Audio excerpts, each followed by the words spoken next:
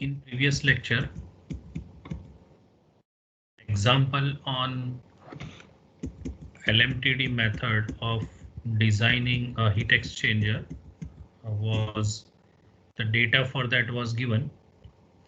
So this is that example.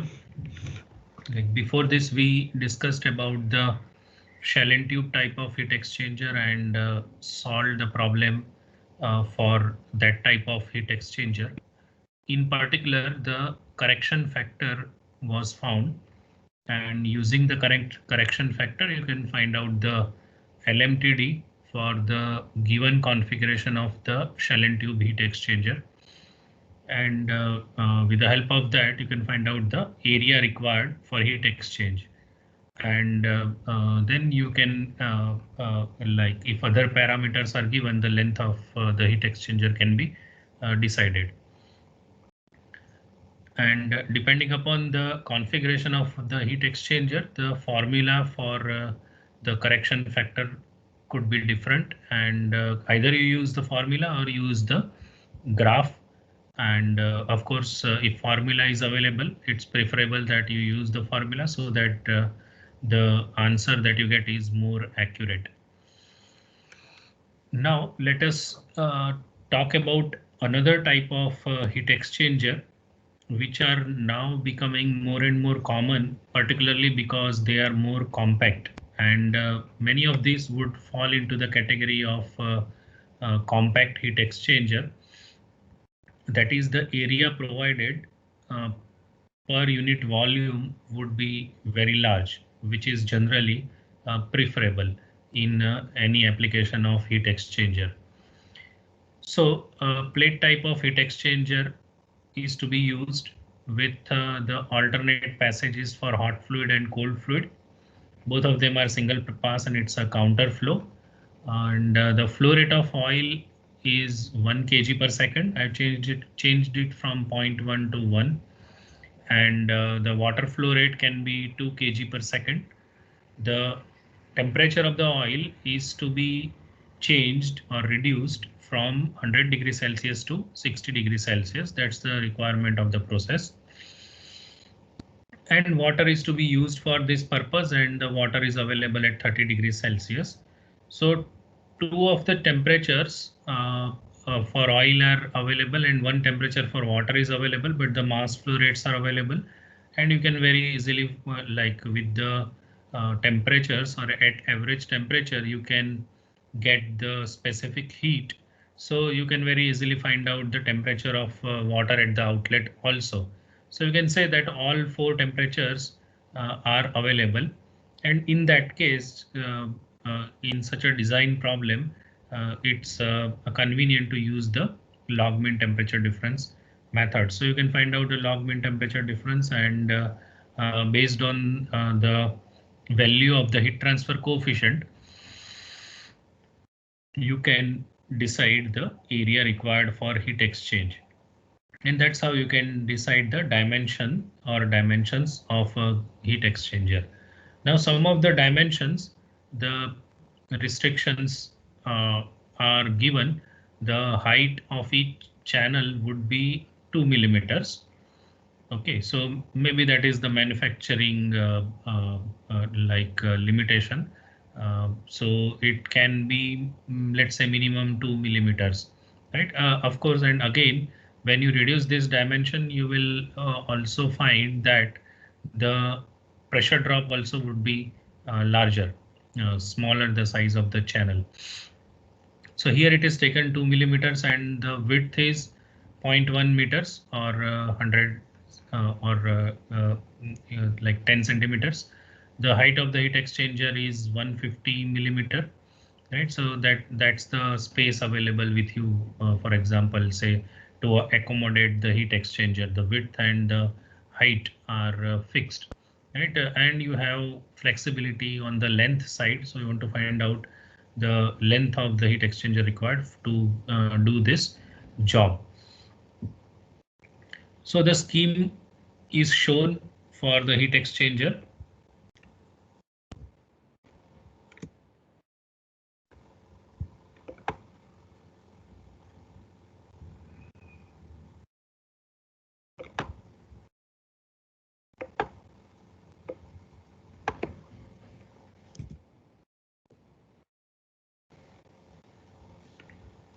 So the oil and water flowing through the alternate channels, it's single pass. And how the temperature change may take place along the length of the heat exchanger has been shown. So water is having lower mass flow rate as well as lower COP. So it should observe high, like whatever temperature change is observed by oil. This is oil. Obviously, the water will undergo lower temperature change because of higher flow rate as well as higher CP or specific heat of water. So the parameters available have been listed down, and so the height is 2 millimeters of each channel, right? So each passage is called a channel. So I've written that height of each channel is 2 millimeters, width of the channel or width of the heat exchanger is one and the same thing, this width, right? What is shown as L here is considered to be width, and the depth dimension is considered to be the length of the heat exchanger which is to be found. And the height is 150 millimeters, so that's the height available. This L what is shown here, in this figure it is actually taken as a cubical heat exchanger, but I have used that figure, but in our case the things are a bit different. So this is the depth or length, so we may call it L. This is the height of the heat exchanger, and this is the width of the heat exchanger, right? And the mass flow rates are given: oil 1 kg per second. Mass flow rate of the cooling water is 2 kg per second. And because the height is 150 and the height of each channel is 2 millimeters, the number of channels are 75. So here we are not talking about the thickness of the sheet which is used to separate the two channels, right? It is assumed that it is very thin, let's say somewhere around 0.1 millimeter or something. So it hardly offers any resistance to, and good conductive material. So hardly offers any resistance, and also the thickness of that is not considered to decide the actual clearance available for the fluid to flow. Okay, so number of channels are 75, and the inlet temperature of oil is 100, and the exit temperature is 60. And then the properties of the oil are to be read from the property tables of oil, and they are, I think, available at 10 degree Celsius or 10 Kelvin difference. So here the average temperature is 80. So 273 plus 80 would be 353, but I think I have used the values at 350. I used the values at 350. So I've taken that much liberty and not taken exactly at 353, but at 350, the density is 853.9. So you can check it whether the values that I have picked up from the table, whether they are correct values or not. The density is 853.9 kg per meter cube for the oil. For the viscosity, dynamic viscosity is 3.56 into 10 raised to minus 2 kg per second or Newton meter per second. Right, so these are the property, like two of the properties of oil.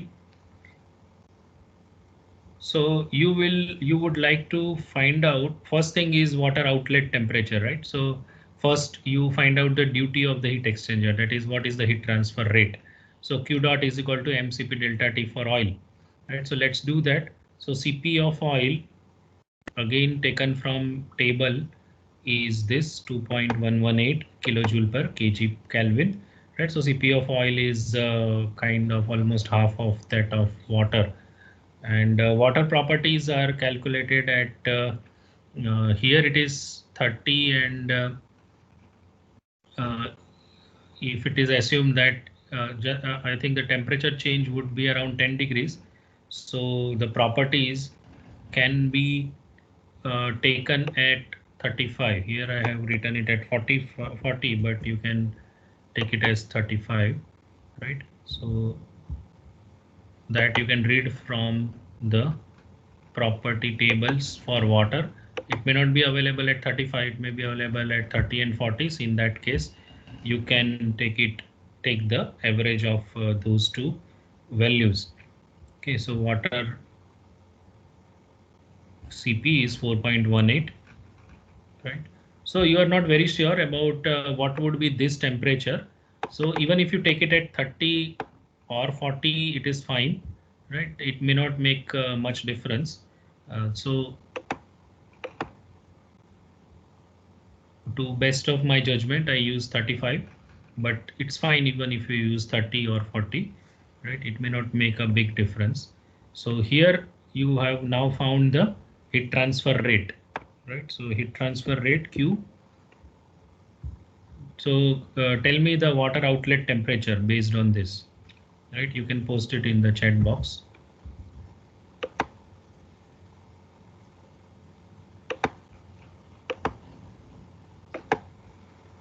So heat transfer rate MCP delta T for oil, that is 84.72 kilowatt. So for this heat transfer rate, what should be the water outlet temperature?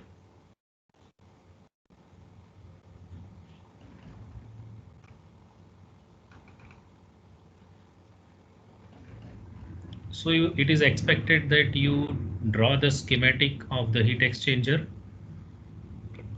For that matter, in any example, most of the times it is always a good practice to show the scheme and also show the relevant charts or graphs, right? The way it is shown for the temperature change here, and it also indicates the mass flow rates, etc. So try to put as much information in figures as possible. So tell me, what is the water outlet temperature? It enters at 30. At what temperature would it come out?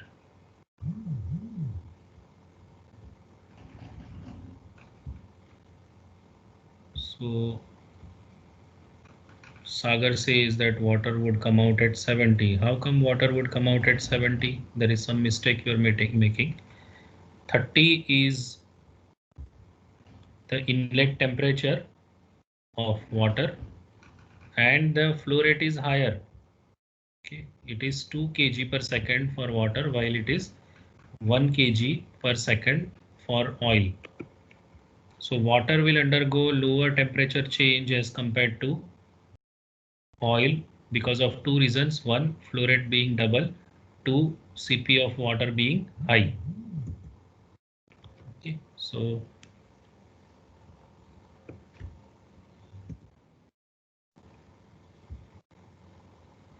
it's 40.13, right? So I think that should be correct.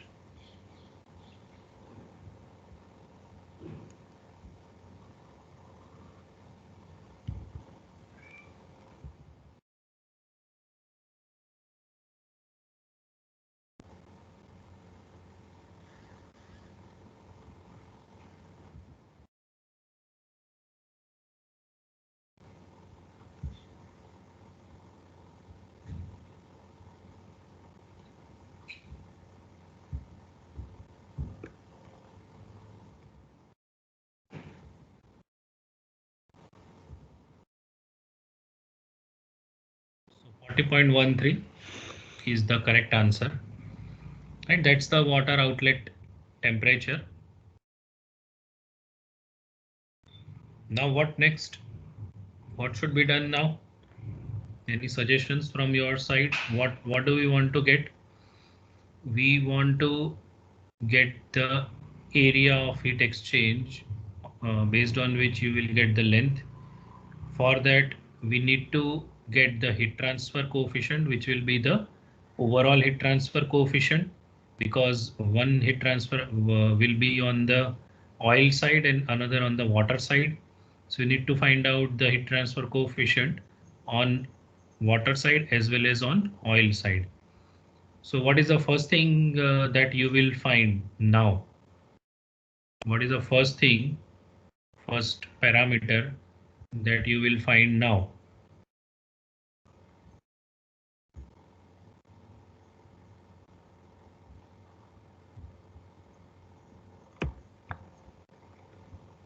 What type of flow is it? What type of you have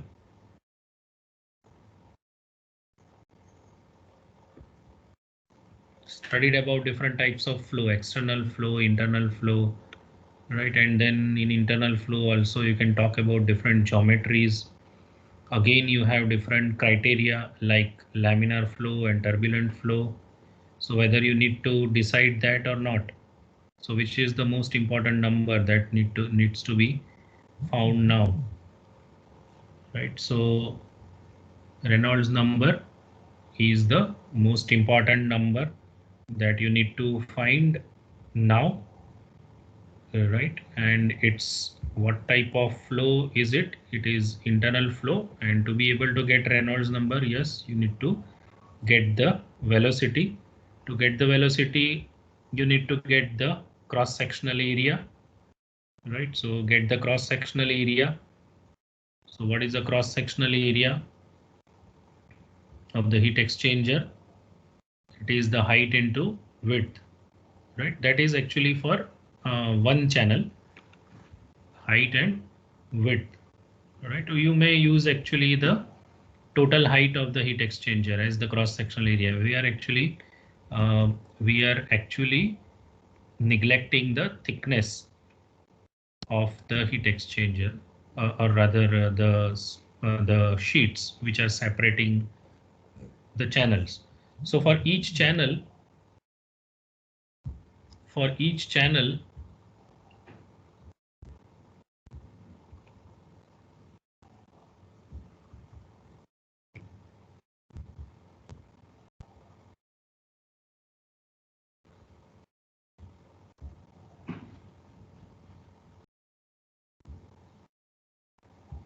right? So for each channel, it is 2 into 10 raised to minus 4 meters square.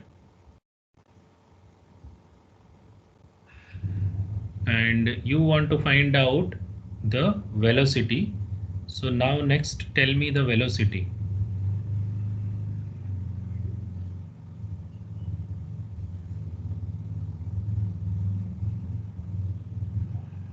Right. So you should not be making any mistake in units, right? Because sometimes it is given in millimeters, something is given in meters, right? So ensure that you are always converting the unit as required, wherever required. So you may need the density of water, right? So though I have taken it at 40, if I write it at 35, so 35 seems to be the right estimate because you see that the water outlet temperature is around 40, so average is 35. So this is the density, 989.9. That's the density of water. So you will need that to get the velocity. So tell me what is the velocity of water that you get?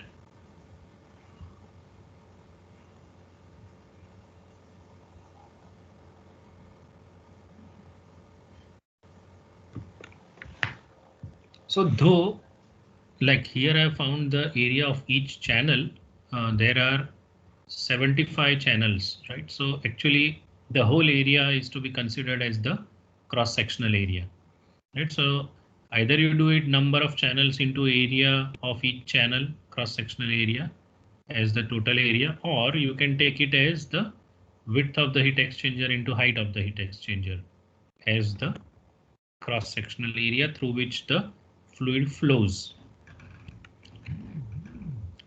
right? So is it 0.1347? So let me check.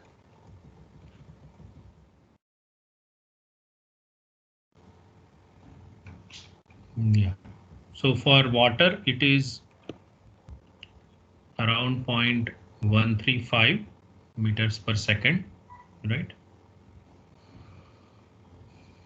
And for oil, it is lower because the mass flow rate of the oil is lower. All right.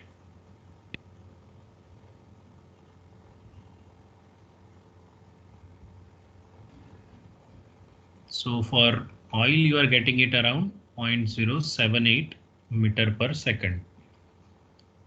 So the velocity on the oil side is lower. So now tell me the Reynolds number on both the sides. So that is rho Vd upon mu. And what is the tricky thing about D? Which diameter do we call it? Hydraulic diameter. Right. I think I've forgotten to start the recording. No, recording is on. Okay. Yeah, so that the hydraulic diameter is to be calculated.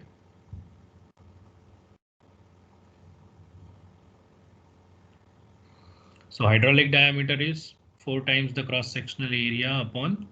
So that will be done for each channel, right? Don't do it for the whole heat exchanger. Hydraulic diameter, right? Wetted perimeter is in the denominator and 4 times the cross-sectional area. So that cross-sectional area is the cross-sectional area of each channel. Don't take the whole cross-sectional area and complete perimeter, right? So the hydraulic diameter is to be found. So the wetted perimeter is 0.204 meters and the hydraulic diameter comes out to be 3.922 millimeters. So around 4 millimeter is the hydraulic diameter. So this hydraulic diameter is to be used to get the Reynolds number.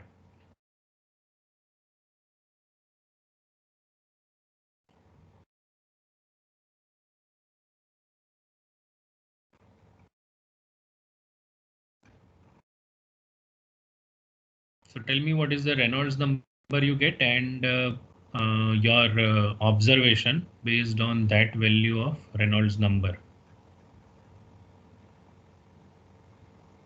And then suggest how we can get the Nusselt number.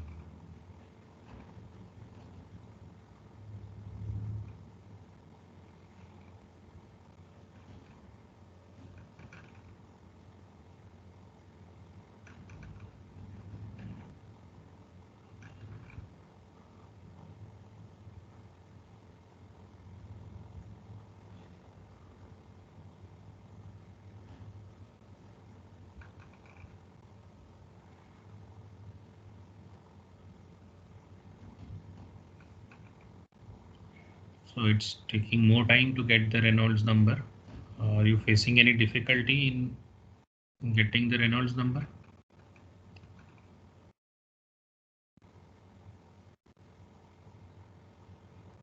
Anything you are not able to decide?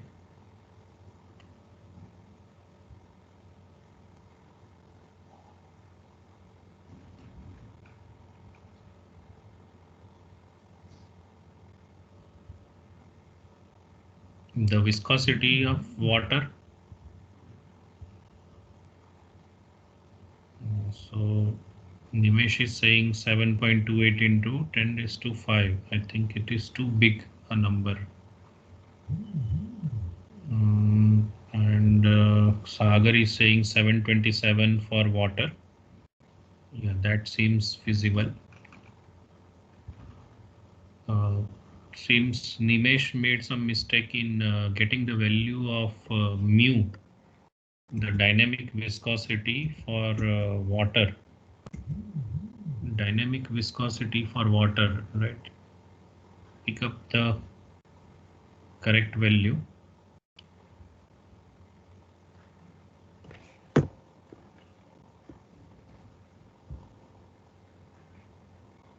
Oh, both are same. Yeah, both are same. But then I don't know how you are getting such a high value. Maybe you are taking the dynamic viscosity wrong. The exponent, you are not multiplying with the exponent or something. For oil, it is 7.344. Let me check the things for water.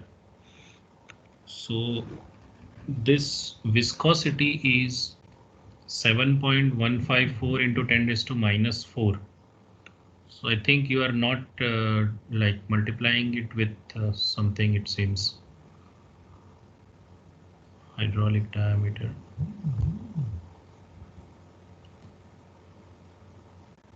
So mu at 35 to be considered. So Abhay has got the correct answer.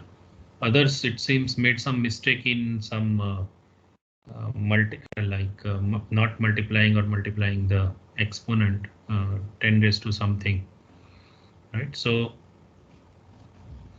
728 for water. Okay, I'm getting it around 731. That's fine. Okay, slightly here or there. There could be some rounding of error somewhere, so no issue. So Reynolds number for water comes out to be 730, and for oil it comes out to be very, very low, right? Because the mu is also high, viscosity of the oil is high, and the velocity was also low. So because of that, the Reynolds number is very, very low. Now, in such cases, what would be the value of Nusselt number, right? You know that for turbulent flow, if the Reynolds number is more than 10,000, you can comfortably use Ditus-Boulter correlation. But if means here, everybody will agree that it is laminar flow. It is much less than 2300, right? So it is laminar flow.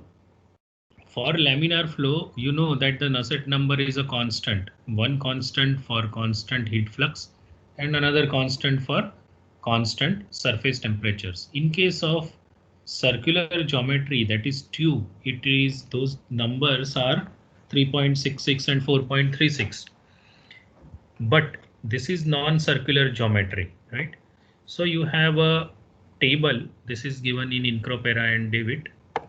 So you have a table like this for non-circular geometries for the Nusselt number. So here, if it is circular cross section, then for uniform surface temperature, it is 3.66. But if you have other geometries, rectangular geometry, like this B upon A is 1, then there is a particular value of Nusselt number, right? Then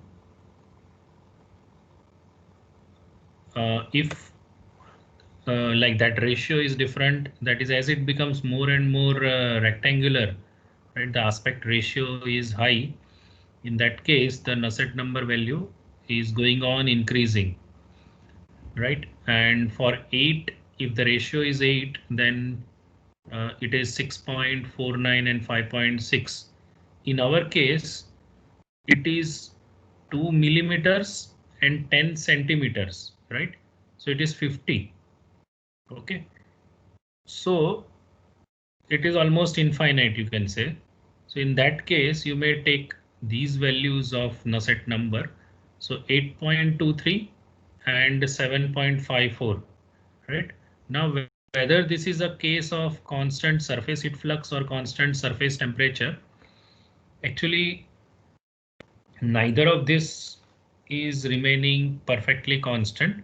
So to be more conservative, you may take the value of 7.54.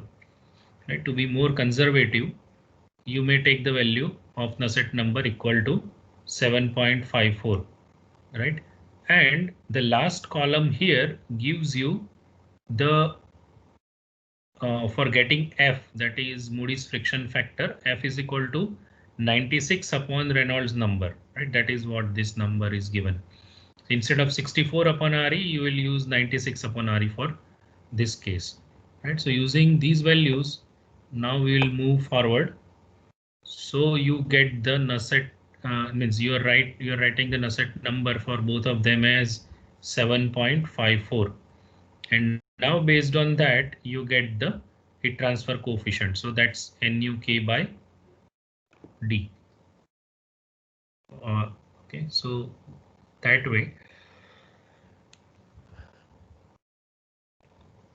So that way find the heat transfer coefficient on water side as well as on the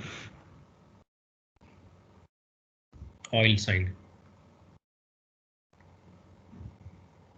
So get those heat transfer coefficients and tell me what is the value that you get.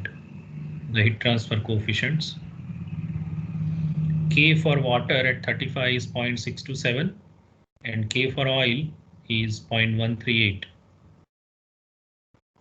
And the hydraulic diameter is already known to you. So based on that, you can find the value of H. H is NUK by D hydraulic.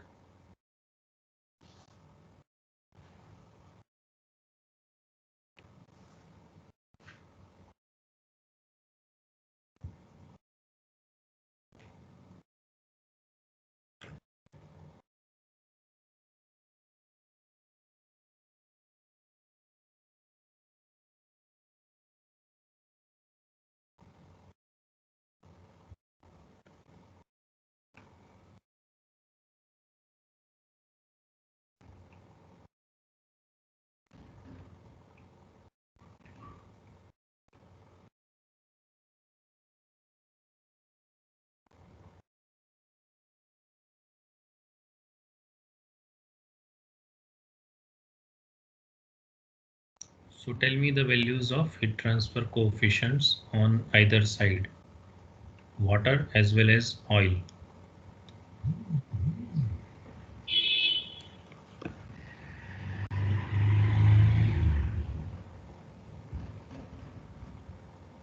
So 1205 on water side and 265 on oil side. That is what, those are the answers that I am getting. Okay, so let me check. So on water side it is 1205, right? And on the oil side it is 265, right? So I think it almost matches with the answers that you got. So now overall heat transfer coefficient is to be found, but there is information on the wall resistance and the fouling factor given. So we are going to presume or assume that they are to be neglected. So wall resistance and fouling resistance are neglected, and find the value of overall heat transfer coefficient based on these two values of H.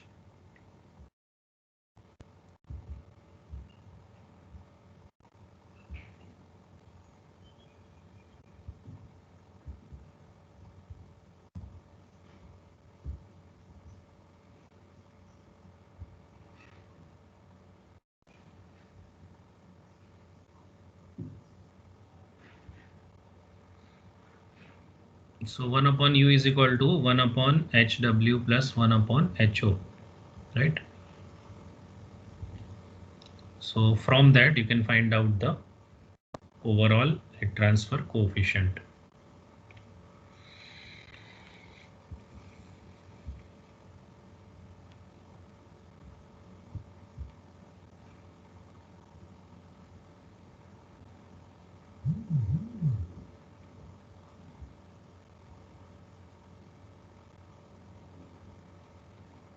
It is 217.043 or what, like, yeah, 217.431. So that seems to be okay.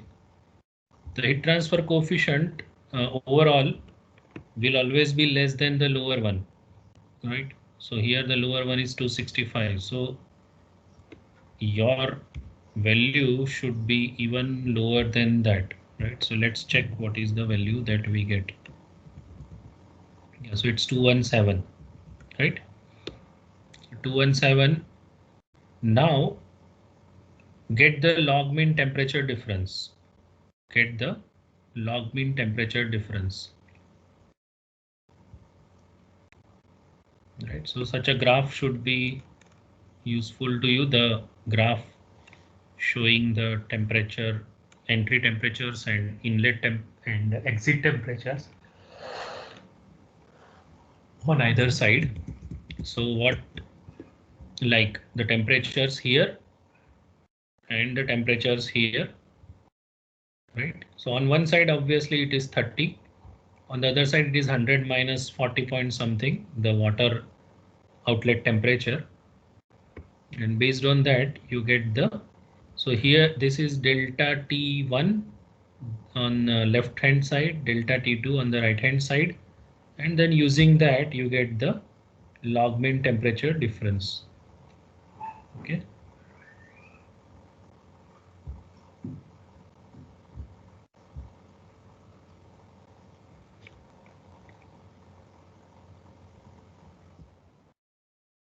So tell me what is the LMTD, log mean temperature difference, and that's for the counter flow.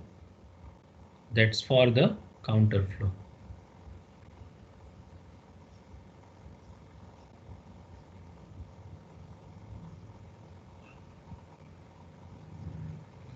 So on one side, the temperature difference is 59.867. On the other side, it is 30. So the log mean comes out to be 43.22.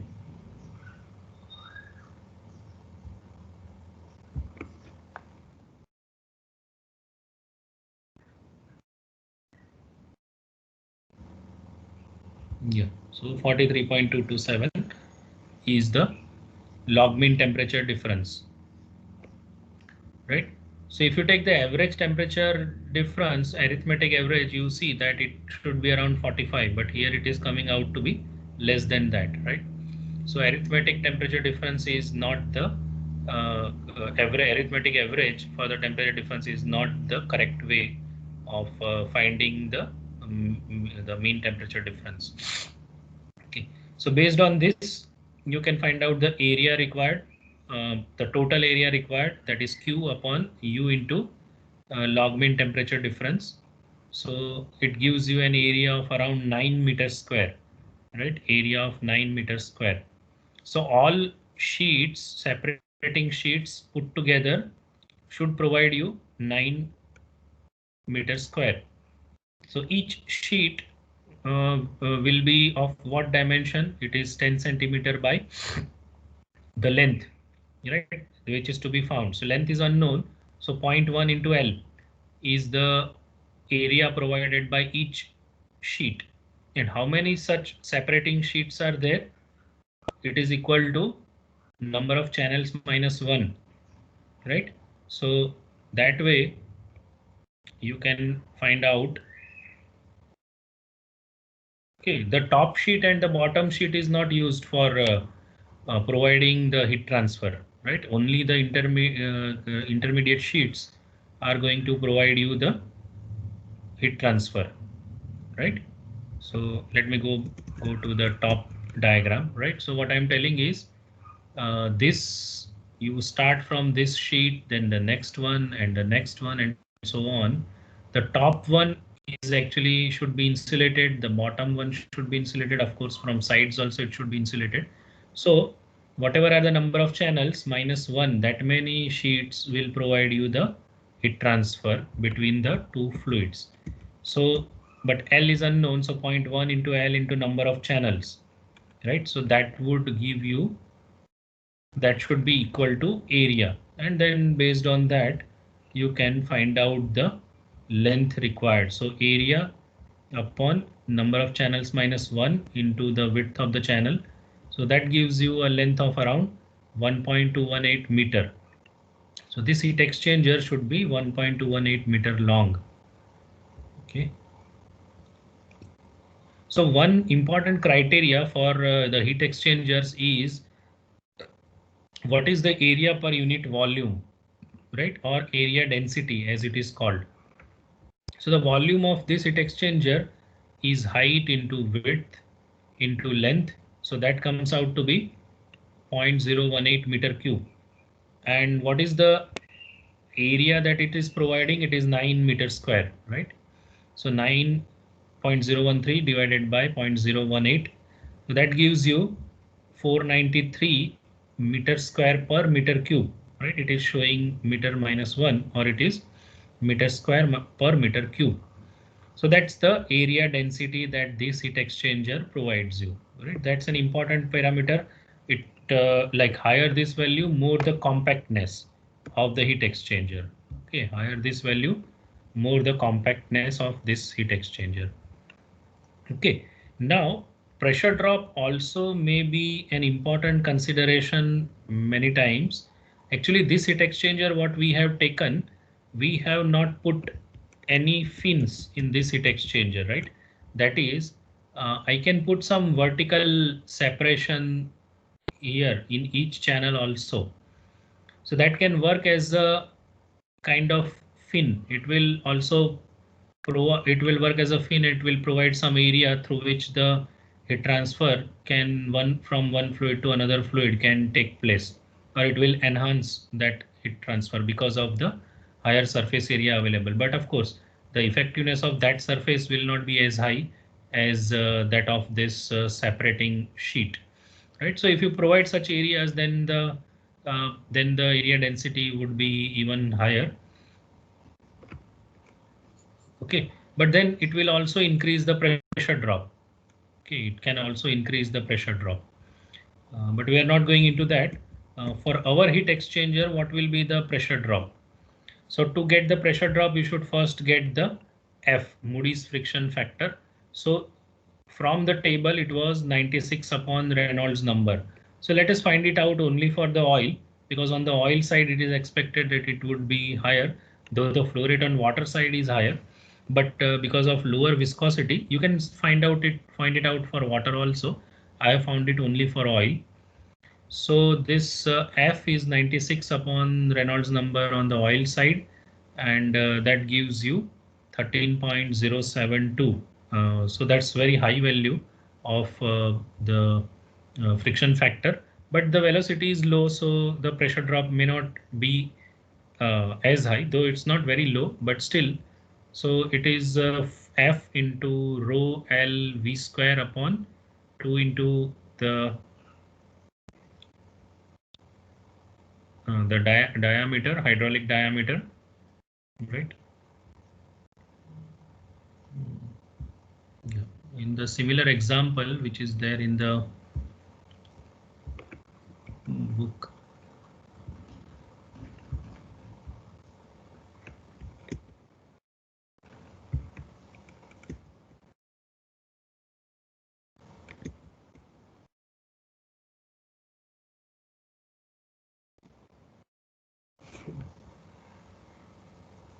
Yeah.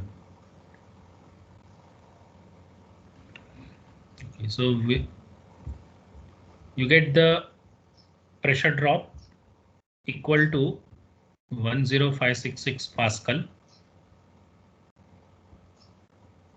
So that's 10.566 kilopascal, right? And 10 Pascal is around 1 millimeter of water column. So it is 1056 millimeter of water column. Okay, or around 105 or 106 centimeters of water column. That's the pressure drop on the oil side. Okay. And you know that you can find out the theoretical power required for pumping the fluid by multiplying the pressure means dP delta P into with the volume flow rate. So how much is the volume flow rate on the oil side? You can get the volume flow rate on the oil side. So that's mass flow rate divided by the density.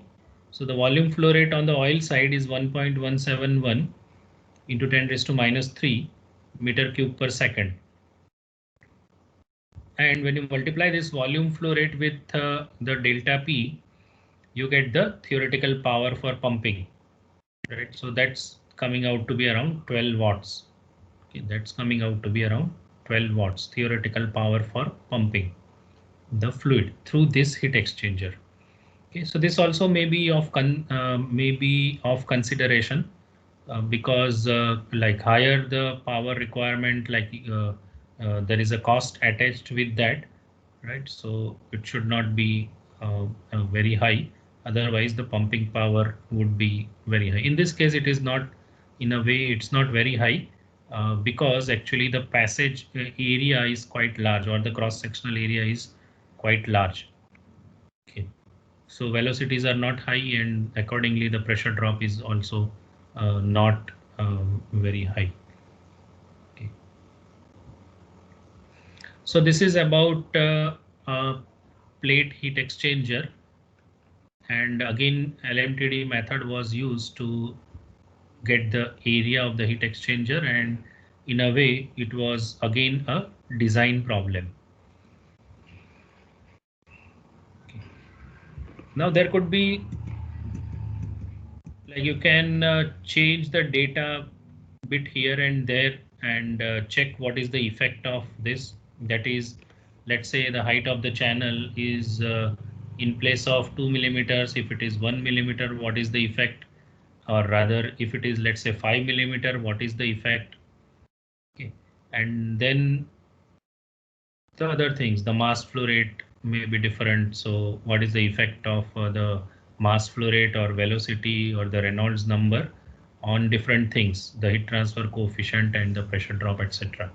So that kind of investigation may be done by changing the data in the given problem. Okay. So this is one method of analyzing heat exchangers, which is log mean temperature difference method. And whenever the all four temperatures are available, this is the method which is preferred. And it is actually like, you know, the process, and you want to design the heat exchanger. So it's a design problem. Now, sometimes it may be kind of a selection problem. What is meant by that is, you have, let's say, a few choices available with you. Let's say you have defined like some of the parameters of your process.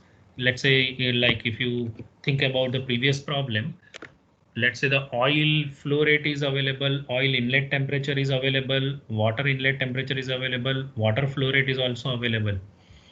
But you don't know, or you are not very sure at what temperature would they come out, right? With you of different heat exchangers, and those heat exchangers, like all data is available. What is the overall heat transfer coefficient? What you can do is, like, try one heat exchanger. So when I say try, you don't need to physically try. You can with the available data you can calculate, or they may even provide you the software to like this to get the results. So if my certain input parameters are given, what would be my outlet temperature of the oil and outlet temperature of water? Okay, and that way you will be able to find out what is the heat transfer rate in a given heat exchanger and whether that is satisfactory for you or not.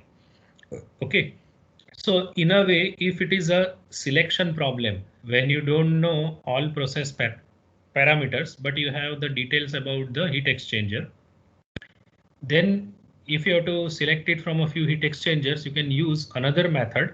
Though this LMTD method may be used, but then there you have to assume the outlet temperatures and check whether the what you had assumed was correct or not. Otherwise, you have to correct it. So it can become an iterative method. So for selection, another method of heat exchanger analysis, the effectiveness NTU method, is more convenient. So what is this? First, we need to define effectiveness, and it's a very important uh, parameter or understanding about the heat effectiveness gives very important. It's a very important parameter and gives very important understanding about a heat exchanger, right? And so the way you define, let's say, effectiveness for a fin, so but of course there the number may come out to be greater than 1, but here it will be always less than 1, right? So the maximum theoretically possible heat transfer rate, okay, when you divide your actual heat transfer rate with that number, you get the effectiveness. So out of maximum possible, theoretically possible, how much you are able to achieve, that is what is effectiveness of a heat exchanger, right? So the definition is, to define the effectiveness of a heat exchanger, we must first determine the maximum possible heat transfer rate, Qmax, for the heat exchanger, and then this heat transfer rate could in principle be achieved in a counter flow heat exchanger of infinite length. So effectiveness of a heat exchanger can be equal to 1 only if it is of infinite length. Okay, why?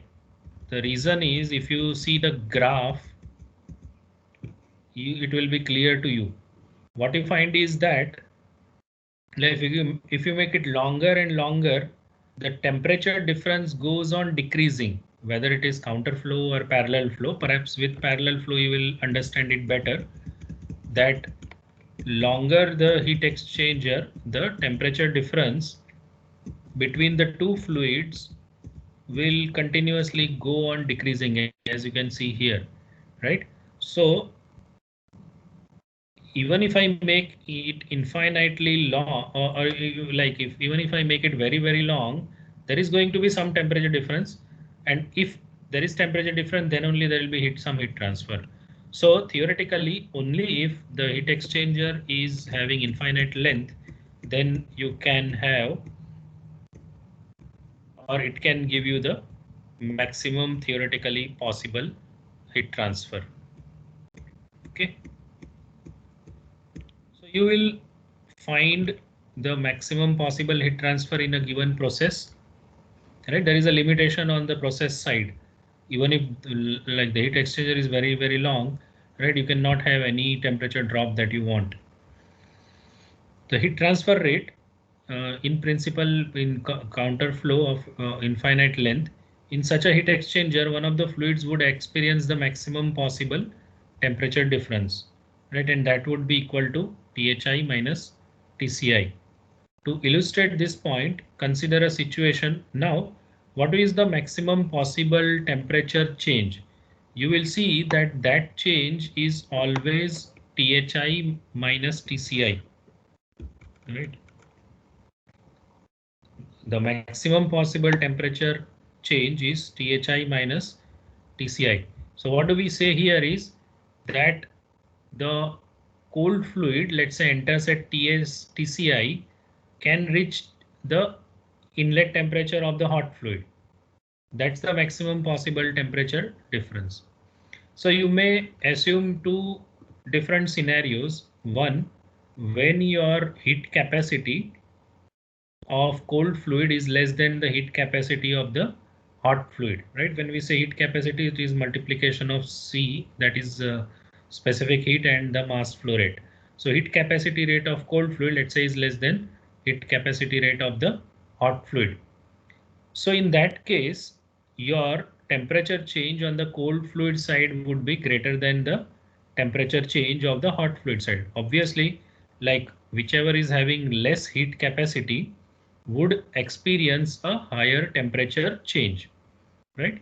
Now, what is the maximum possible temperature change for cold fluid in a counter flow heat exchanger? It enters at Tci. What is maximum temperature that it can achieve? It can achieve Thi, the inlet temperature of hot fluid. It can never go beyond that, right? So this higher temperature difference, dTc, is THI minus TCI. So what is the maximum possible heat transfer rate? Q maximum is equal to Cc, the heat capacity rate of the cold fluid, into THI minus TCI, right? So theoretically possible maximum heat transfer rate in this case is Cc into THI minus TCI. Now, if it is the case otherwise, that is your heat capacity rate of the hot fluid is less than the heat capacity rate of the cold fluid. So hot fluid will undergo higher temperature change. So what would be the maximum temperature change of the hot fluid?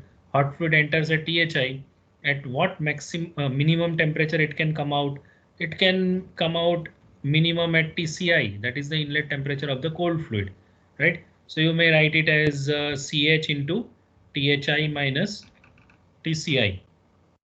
Okay.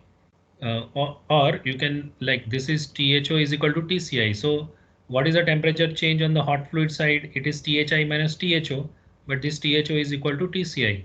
So it is THI minus TCI, right?